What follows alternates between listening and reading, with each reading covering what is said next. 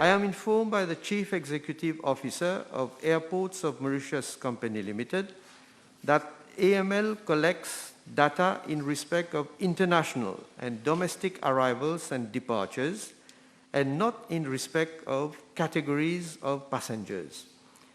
The total number of arrivals in accordance with AML records, including domestic and transit passengers, was 85,237, and that of departures was 113,498 for the period 1st March 2020 to date.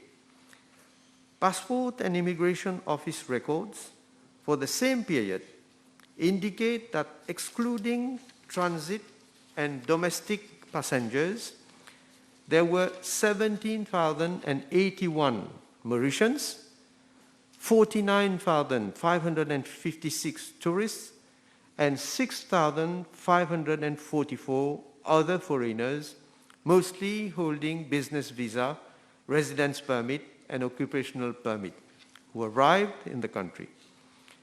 9,562 Mauritians, 84,796 tourists, and 6,728 other foreigners left the country. As regards Part B of the question, the law does not provide for special permissions to leave the country. It is expected that the Honourable Member provides clarifications as to what he means by special permission and ask a substantive question if an answer is to be provided.